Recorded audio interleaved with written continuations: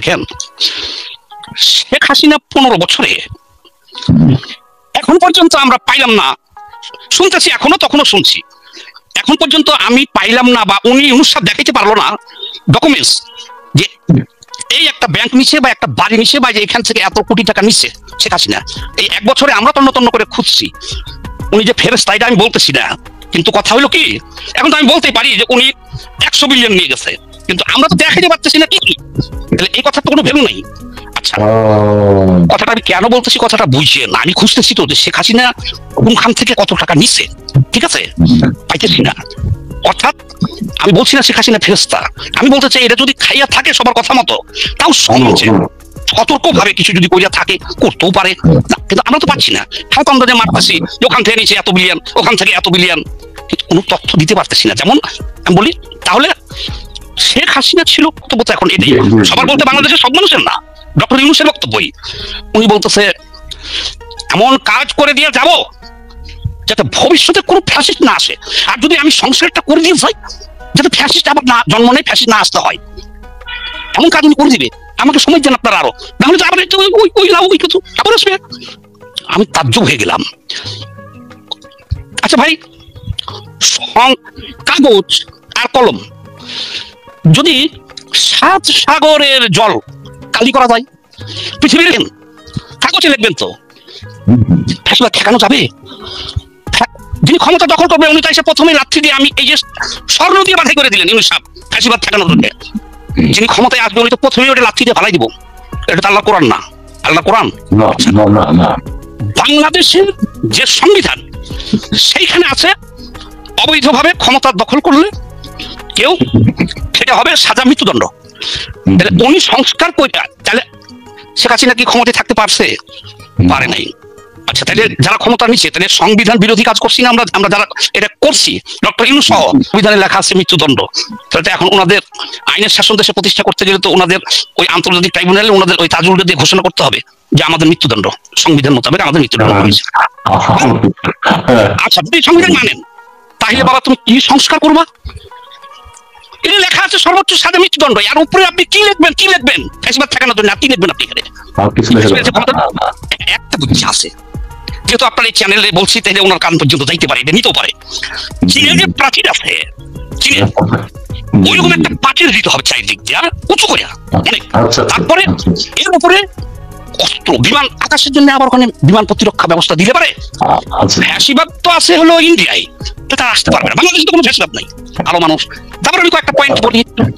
আচ্ছা, 1 নম্বর পয়েন্ট একটু শুনেন।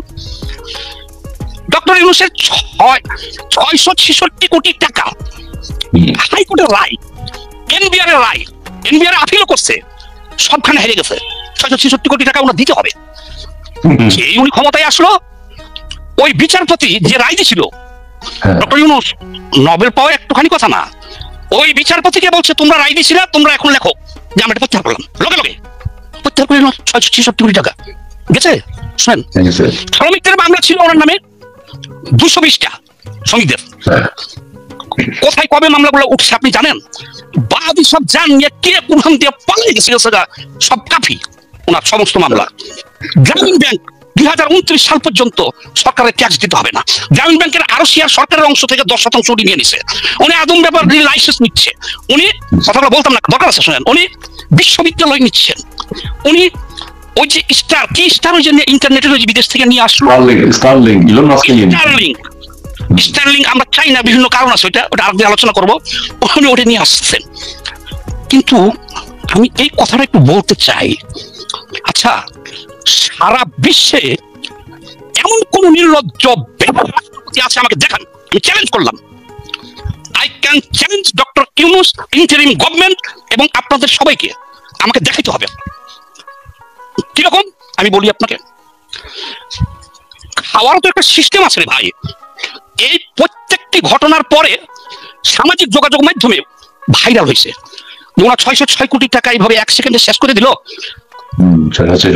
কত কিছু নিচ্ছে উনি ডাইরেক্ট ক্ষমতায় বসে। আপনার মানুষ যে জানতে চাচ্ছে যে ব্যাপারটা কি, ওনার তো এই যে বলা উচিত যে দেখো শেখ হাসিনা এই যে 666 কোটি টাকার কথা বলতেছে শেখ হাসিনা, এটা ভুল ছিল। এই যে ডকুমেন্টস আমি গোয়ার ভিতরে, সরি স্লাইড মানে গবের ভিতরে GOB, মানে একটু মিস্টেক হয়েছে আর কি, একটা ওই ফেসবুকে একটা ওনাদের চ্যানেল আছে গব, আচ্ছা গবের ভিতরে আপনি ছেড়ে দেন যে এই যে শেখ হাসিনা অন্যায় ভাবে 666 কোটি টাকা দিয়েছিল, উনি তো সরিষা পরিমাণ উত্তরও দিতে পারতেছে না, তো ওটা তো 100% রাইট ছিল ওই টাকা। শেখ হাসিনা তো কিছু না, প্রধানমন্ত্রী যেগুলো করে এনবিআর করছে, এখন তো জনগণ আমরা বসে গেছি যে এটা রাইট, তাহলে আপনি উত্তর দিবেন যে দেখেন ব্যাপারগুলো আপনি বুঝতেছেন না, ব্যাপারগুলো জি জি জি আমার নামে ফলস মামলা করছে, যেটা বুঝেন দেশবাসী করে নাই।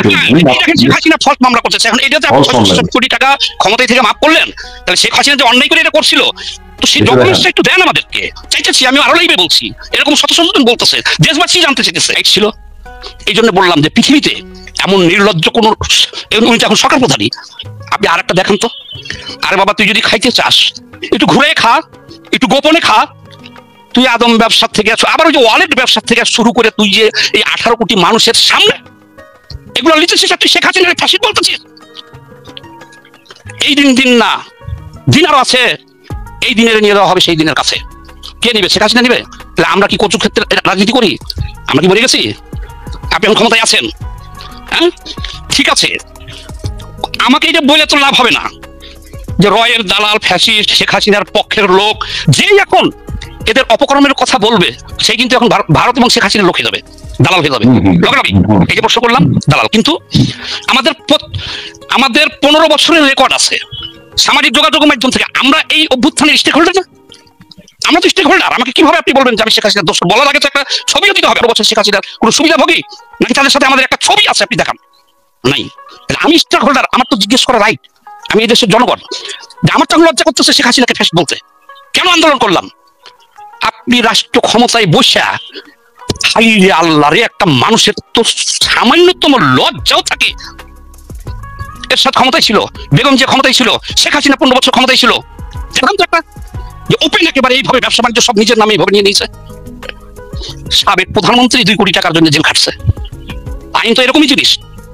তাহলে এই হলো ডক্টর ইউনূস, কথাগুলো করা লাগতেছে শুনতে, আবার অনেকেই গালাগালি করবো কি করে জানেন, যে ছোট মুখে এত বড় কথা, ওর জুতা টানার যোগ্যতা নাই। অনেক কমেন্ট পাইছি আমি কয়েকদিনে, ওই বোকা চোদা বলি আমি বলি, ওই বোকা চোদা বলতেছে বলি, আরে বেটা বোকা চোদা, জুতা বহন করার জন্য তো তোরাই আসছিস, ওখানে তার ভ্যাকেন্সি নাই। কিন্তু আমরা একজন নাগরিক হিসেবে আমরা কখনোই কাউকে বড় মনে করি না। আমার চেয়ে বড় কে বাংলাদেশে আছে?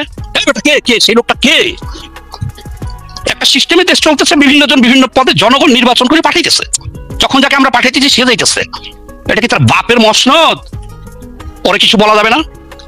তার বাপের জমিদারি হলে না, আমরা ওই ওর আশপাশে যাবো না।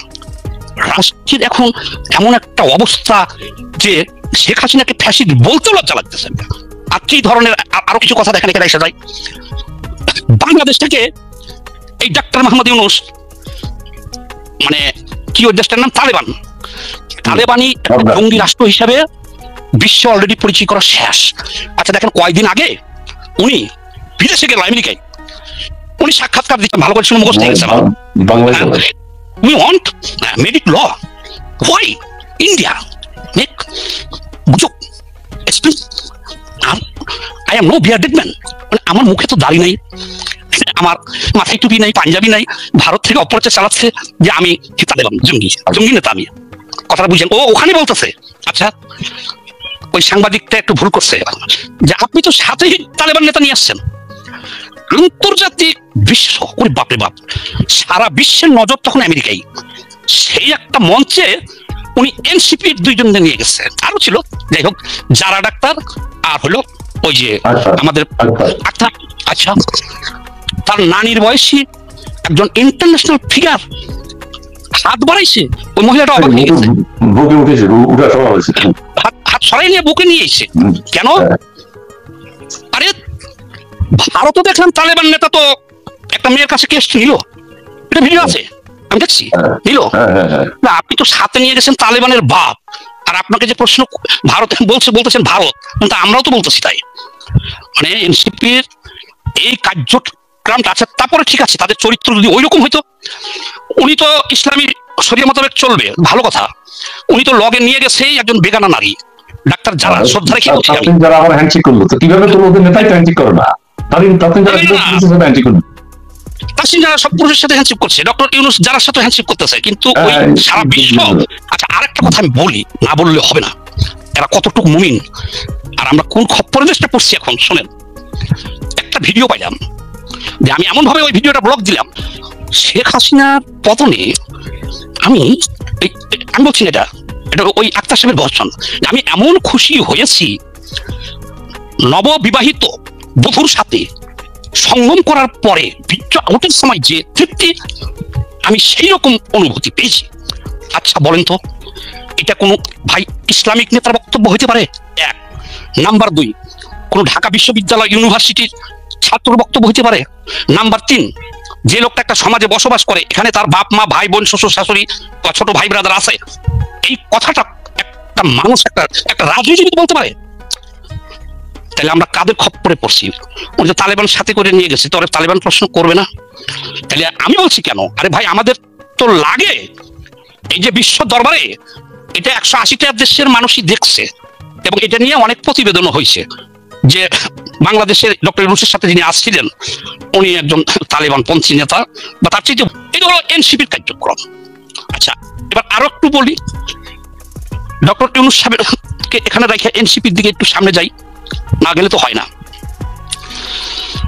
গণ অধিকারের তারেক তখন আমার কাছেও ফোন দিয়েছিল আর কি, অনেকেই এই ব্যাপারটা নিয়ে। উকিল, তার ছেলের মাথা ফাটছিল ওই আন্দোলনে, জুলাই যোদ্ধা, সে নিজেও জুলাই আন্দোলনের লাল নেত্রী। এখন পিপি হওয়ার জন্য ওই এনসিপির কাছে গেছে, আক্তার কাছে গেছে, সবার দরখাস্ত নিতেছে, কারে কারে পিপি করবো। সেই মহিলার কাছ থেকে চাইছে 50 লক্ষ। মহিলা ফেরত এসে তারেকের এখানে কান্দাকাটি করতেছে, আমি তো ওপেন বলতেছি ডাইরেক্ট, এটা সবাই জানি আমরা, তখন আমরা তদবিরও করছি। তখন তারেকে বললো কি, আইন উপদেষ্টা নজরুলের কাছে ওনারা নিয়ে যে বললো যে এই ব্যাপারে ওনার ছেলেও আঘাত পাইছিল, উনি নেত্রী, এই 50 লাখ চাইতেছে, স্যার এটা একটু করে দেন। দেখ নজরুল সাহেব এটা ফিরিয়ে পিপি দিয়ে দিছে। বারবার ফোন দেওয়াতে এই আক্তার সাহেবকে 1 লাখ টাকা পাঠিয়েছে ওই পিপি। তাহলে এখন এই যে এনসিপি তোমরা যে আসছো, যারা বিপ্লবী, যারা অভ্যুত্থান করে, যারা রক্ত দিতে যায়, সামনের সারিতে যায়, তারা দেশের জন্য যায়। কিন্তু তোমরা যদি মনে করো যে ভোলা লালমোহনের একটা চর জাগছিল, সেটা লড়াই করে আমরা দখল করছি, এখন এটা হলো আমাদের, তাহলে বিষয়টা ভিন্ন হয়ে গেল না? তোমরা এই যে 1 বছরে এটা কিভাবে মাইনে নিব এদেশের মানুষ? তোমরা সরকারটা নির্বাচিত হয়ে যাক, তারপর রাস্তায় বের হইও তোমরা। আমি তো 40 বছর ধরে রাজনীতি করি, জনগণ যে তোমাদেরকে কোন চোখে দেখতেছে। তুমি ছেলে একটা ডিম দিয়ে ভাত খেতে পারো নাই, 5 আগস্টের পরে তুমি 400 গাড়ি নিয়ে তুমি দৌড়াইতেছো। আরে একটা দুইটা বলে তো আপনার টাইম দিতে পারবেন না আমারে। এনসিপির এই যে কার্যক্রম ছেলেপিলে গুলার, তাদের সবার বিরুদ্ধে কোটি কোটি শত কোটি টাকার অভিযোগ চারিদিক থেকে।